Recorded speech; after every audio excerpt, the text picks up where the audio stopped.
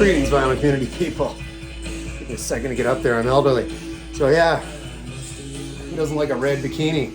Well, these guys love them. It's Screaming Blue Messiah's 12-inch single, title track from the second album called Bikini Red, of course. There it is. You can see the needle hitting the wax. The blast of that.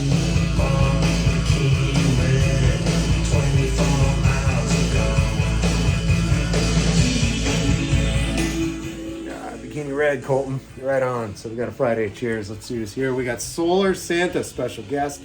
Yes, very special guest. It's off season for Santa, so he likes to get out in the sun, away from the snow. And here he is. He's got a solar panel, and it helps him dance, gives him that energy boost that he needs. I've got this here, Narragansett, right here to give me the energy boost I need. Hi, neighbor. Cheers to my friends from Rhode Island here. Narragansett. The Pabst Blue Ribbon of Rhode Island, officially. Same price point. All right. Canadian mail guy. Maybe he's delivering letters to Santa early. Santa's like, get the hell out of here. I'm not ready for that. Anyway, that's who we got here. I got to move Solar Santa because when he's within reach of you-know-who, it could be the end of Solar Santa. So, just put him up here for now. There he is, right? All right, we'll shut that down. Yes, on a Friday. Cheers. All right, the gang's all here, right? Yeah, it's Colton. Say hi to everybody. All right, yeah, he can fire up at any moment. It's that time of day where he's a little wild. Like all of us, right? Oh, so speaking of wild, all right, here, this shirt. Today's show comes with a warning. Here it is. If you can't read, it says this person may contain coarse language and occasional scenes of nudity. We'll try to at least avoid the occasional scenes of nudity. Yeah, we'll see what we can do. Anyway, moving on in today's program. It's a program, right? I'm waiting for the Nielsen ratings. They haven't contacted me yet, but Colton's over there pissing off the Canadian mail delivery guy. Say hi to my friend Dylan over in England. Dylan's back in the vinyl community. He was away for a while, took a little sabbatical, but he is back full on. Swinging death metal and heavy shit, man. It's crazy. Music to weld by, I would call the stuff that he's into, but really cool dude. It's not my trip, but I like the records he shows. I really love the artwork on all that death metal and all that kind of heavy stuff. Really, really cool creative artwork. And he's got a great personality, this guy. So I'll leave a link to Dylan's latest video. There's his name, his channel right there in his avatar. There he is, right? Yeah, rock on, my man. So that's Dylan Powell. All right, check out the description. You got to go. I'll leave a link, like I said, to his latest video, right? So what else we got going on? Yeah, we're not there yet. Yeah, so today I just thought I'd kind of do a playlist. Just, because I'm lazy today. And it's a Friday cheers, just in from work. And I didn't wear this shirt to work today, by the way. I'd probably be fired. But people have been fired for less, so what do you know? So anyway, yeah. What did I listen to this week? So kind of like last Saturday. I was in a good mood. It was that kind of shit weather, but I was feeling flamenco, so I put on it's the self-titled debut by the Gypsy Kings, right? Kings of Flamenco. And Colton's the king of trying to eat my plastic on my records. It's a constant battle with this guy. Gypsy Kings, back to this. So, I mean, on this one, the debut, this was sometime in the 80s, 85, 86. I can't read this small print. Bambaleo was actually a charting single from this, even though it's in Spanish. But this whole album is in Spanish. Amor Amor is another one on here, kind of a semi-hit, I think. But I really dig this, enjoy it a lot, and nothing on the inside. This was probably one of the first CDs I actually bought. The CDs they're really on the cheap in the late 80s when, you'd have the silver press right there and shitty liner notes. But the content's what matters, and I love this album. It's great. So where that led me, because I do like my flamenco. It's very relaxing. Even on a crap weather day. I'm more of a weather listener, so I like the hot, you're sitting on the deck or whatever, in the hot weather or on a cruise, and you're listening to flamenco. How about this guy, right? This is my friend Nestor Centurio, yes. This guy from Santiago, Chile. He played on a cruise we went on, so we drove down to New Jersey. This was 10 years ago. I was looking at the date stamp on the photo. It was 10 years ago this June. And we drove down to Jersey and got on a celebrity cruise ship because Patty, Her Royal Highness, likes to go higher end, so we took a celebrity cruise. It was really nice, actually. We had a suite. It was sweet. I mean, you could put me on the SS Minnow, but if I had a suite with someone waiting on me, I'm all set, even if the ship sinks or at least hits an island. So anyway, you got Nestor Centurio. He was playing like at the back of the, I don't know if you guys you call that the aft, deck 10, I remember, and there was like this tiki bar at the back, and he'd play every evening. I'd go hang out, and he would go, call security, just messing with me, right? But he, pretty neat guy. So I bought his CD. And again, there's Nestor right there. He has some videos on YouTube. So I'm actually, I think he's still doing cruise ships. And I'll put a link to one of his videos there. So there we are right there. I met him, and there we are hanging out, right? You can see he works for the cruise ship because he's got his little thing on there. But yeah, funny guy. Yeah, Nestor Centurio. Call security. Awesome. And then somehow I got up on the deck of the ship. They didn't let me drive, but no, I didn't sneak up there. Patty paid for set some tour up because Caroline was quite little at the time, and I have a little intellect, so I was easily entertained. So up to the deck we went and met the captain and all that. Pretty neat. So there's the deck of a cruise ship right there, in case you're curious about that. And there's me on the deck of a cruise ship. What do you know, right? Yeah, I'm wearing my Mr. Rogers t-shirt there, if you can see. Yeah, people around North America, you know who Mr. Rogers is. All right, so we're getting off the cruise ship, back on land here. And then I have myself a little psychedelic Sunday. Have myself a little powwow with Jim Pepper. It is on the back, Pepper's Powwow. This is kind of like a weird psychedelic jazz album because he plays sax and sings. On the inside there, some of his pals. So yeah, the song on here that was sort of a hit, I guess, is a song called Wichita Toe. And it opens with the Wichita chant, which is a traditional, some sort of Native American thing. He was a Native American guy, Jim Pepper. And that was sort of a hit on this. So Wichita Toe, right there on the back. You can see it again. So yeah, that's that. And that quickly led me over here to Brewer and Shipley. This is their debut. It's called Weeds, right? 420s tomorrow. Break out the weeds, or weeds singular. And they do a cover of Wichita Toe on here. There it is. It's the last track right there on side 2. These couple of, folk hippie guys, I mentioned them when I did that Psychedelic Sundays video last Sunday, and they were the guys famous for One Toke Over the Line. But they also were really pretty good. I mean, you've got on this one, it's a who's who of guests. The guy that put this whole thing together, Nick Gravenites, he played with everybody at the time. Mike Bloomfield's on this. Mark Naftalin was the name I was thinking of, not Nick. Mark Naftalin. Anyway, and Jerry Garcia actually plays pedal steel on one of the tunes on here. Don't ask me which one. I can't read these liner notes, but this came out in 1969.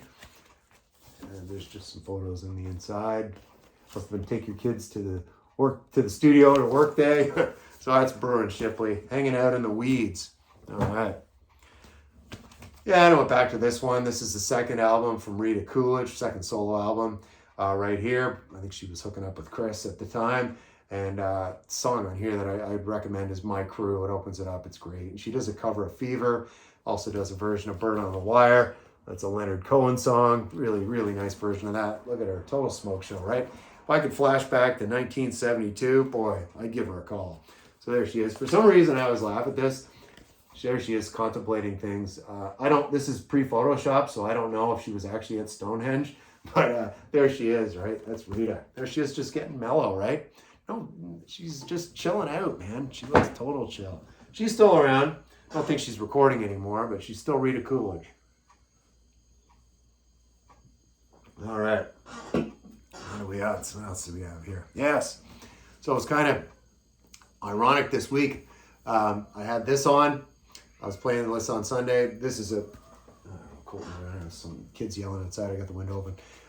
This is a compilation. It's just obviously called Anthology, Volume 2 of Dwayne Allman and his collaborations with a number of people on here. Again, this is a double album set. Look at, it's like a NFL football team. There's so many people on the stage. There's a whole bunch. Paul Butterfield, Mike Bloomfield, again, that guy I mentioned earlier. Nick Gravenites is on this. Wilson Pickett sings on a couple of tunes. And most of this was recorded at Muscle Shoals down in Mobile, Alabama. And Leave My Blues at Home, yeah. And Going Up the Country, he does a good version of that tune by Canned Heat I mentioned Canned Heat, I think, in my Psychedelic Sundays video. So the irony, though, that I mentioned earlier is that sadly Dickie Betts died this week, guitarist with the Allman Brothers Band. Made it to 80. It's a miracle. It really is. The guy was a wild man. Had a thing against hotel rooms, so he just wrecked them most of the time. But he mellowed out in the last several years, because I follow his son, Dwayne Betts, who's a musician in his own right. I follow him on Instagram, or I have for several years. And yeah, he looked like they were all living together down in Florida. And he had his final years were pretty mellow, considering they were pretty wild before. So it was time to mellow out for Dickie in the end. But yes, rest in peace, Dickie Betts. Allman Brothers Band, 4 shows, last I counted, that I saw them. This is kind of cool, actually, up on the wall here. Think about it. Be careful with this. Yeah, so this is after a show I saw in Toronto in August 1998, right there. So Queen Street West, Queen and Spadina to be precise. Club 360, Brian Embryonic Robot, he probably went there in the late 90s, because I know he had moved to Toronto, I think, by that point. My friend from Fergus. Fergus. Anyway, yeah, Embryonic Robot. So this was a show after the show. So when we're walking out of the concert, it was down at the old Molson Amphitheater right on Lake Ontario. Beautiful summer night. And we were ready to still party. You know, it's still early. It was like 10 o'clock at night. So some guy was handing out these, and I somehow kept this. I mean, I can't believe this thing has survived. Was in a box with my postcards, and I found it after our last move. And because I hoard this sort of stuff. But pretty cool. It was $2. And it was basically a Grateful Dead cover band, and they called themselves Caution Jam. You know, there's the skull logo there for the Dead. And yeah, pretty cool on the back. Another promo for more Jerry Garcia tribute shows. But that's from 1998. That was probably the second time I saw the Allmans, because then saw them twice after we moved to Massachusetts. So yeah, 2 shows at the Molson Amphitheater. And then I saw them here out at Great Woods, which is, I think it's called Infinity Center now or something. But anyway, I saw them twice out there. But anyway, last time I saw them, 2006. So anyway, shifting gears. Monday was the marathon. You saw my several updates. Missed my career as a reporter. On the scene, right? At the scene at the Boston Marathon, mile 10. So anyway, yeah, I got home. I went down, watched all the elite runners, and watched some of the regular Joes like me. They coming through, a couple of slowpokes, making their way to that 26.2 mile finish line downtown on Boylston Street. Really just, it's a day that we were here. I don't want to get all political or anything, but you know, well, it's not political when the bombings that happened here in 2013. The marathon even became something more special after that for the survivors and everyone else that lives here. So it's just great when you're down there watching the event. There's all these families, no matter where you are on the route, and I've run the route, so I've seen all the different people that are out cheering people on. It's just such a positive vibe. All these people with the same goal. The spectators want to see the runners finish, and the runners, they want to finish. So everybody's got this, this unified goal, which is really terrific in this day and age that we're living in. It's a kind of a day where you can put any of that crap aside, what's going on in the news, and just focus on the day. And it's a holiday here in Massachusetts, and it's really wonderful. So anyway, I really should be on the Boston Athletic Association with that promo. You guys can have that for free. But anyway, I came home that afternoon. Patty was leaving that day for a business trip, so I was solo. So I turned up the tunes. So I just listened to some kind of positive music, some stuff. I'm like, hey, yeah, right. So I really love this album. It's the 3rd album from Talk Talk, The Color of Spring, and with the butterflies, and it's mid-April. It was a beautiful day. It was probably about 65 degrees Fahrenheit, which the runners didn't like because it was too hot. But blue sky, so it was great, because there's been years where it rains sideways and it's really cold. So anyway, my battery's getting low here.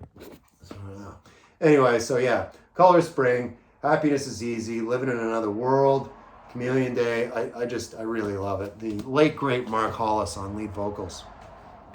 And back to this Jerry Garcia debut solo album. Here it is. It's just called Jerry Garcia. I hope you really have the title. Yeah, Jerry Garcia it's called. So you can see there it is on the green Warner Brothers label. So the one side of this Yeah, side 2 kicks off with a tune called Late for Supper. Sounds like Supper's Ready from Genesis, but it's actually very proggy, and I'm not a big prog guy, but I like how it culminates at the very end.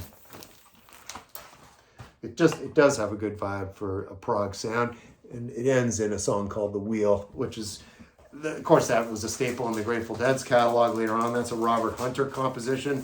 Really excellent tune. So I give you Garcia, Jerry Garcia. Not sure the year on this. I think around 72. So yeah, very cool. A little jazz for Gary over at Physical Format. So speaking of positive vibes, this is improvisational jazz. It's just Keith Jarrett and his piano. I think it was recorded over 2 nights. He recorded a double LP set. It's in 4 parts. There he is on the inside. When I say improvisational, he made it up. And it's not like this freaky free jazz. It actually, you're following along, and he'll go back almost like reprise a song or part of the song from earlier. I don't know the term for that. I'm not a musician. But there is, I wouldn't call it a melody, but there is some consistency, and you can follow along. It's not going ooh, all over, but it's just Keith Jarrett, and it's the Cologne concert recorded in Germany. Really wild. 73, I want to say for that, or 74. A little more jazz here. So this is a box set, 6 LP set right here. Newport in New York. They had moved the Newport Jazz Festival that year for about a 10-year run. It went and played. They moved a couple of venues in New York City. This comes with a really nice book. Let's see here. Newport in New York, right? 72. So they had some problems at the show, I think in 71 in Newport, Rhode Island. And I don't know what went down there. They moved it to New York. Carnegie Hall and Radio City Music Hall. I think they split the shows across those 2 venues. Looks like mostly Radio City Music Hall.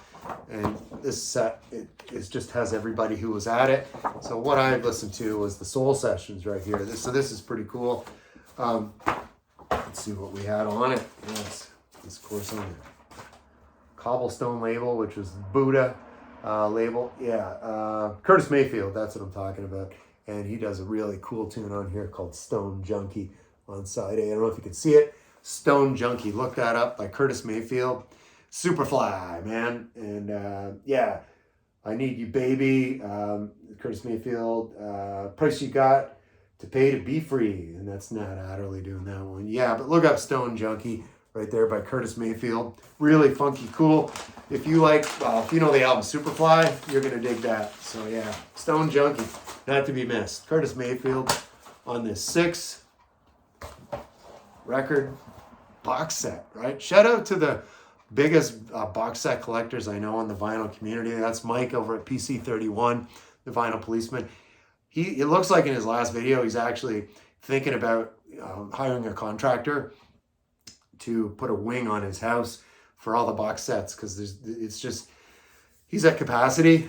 He should consult with the other guy in the vinyl community, who's a king of box sets himself here in the United States, and I'm talking about Steve at All the World's a Stage. He already has a separate wing in his house dedicated to box sets, so space is not an issue for Steve. So that's why I think Steve would be a very active consultant for Mike to build that wing on his estate over there in England. Lastly, no, not lastly, I got a couple more actually. Simple Minds, New Gold Dream, just because I love it a lot.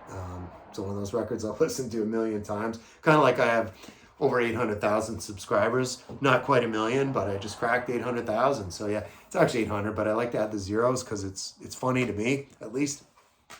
So last night, I threw this on. I was in a heavier mood.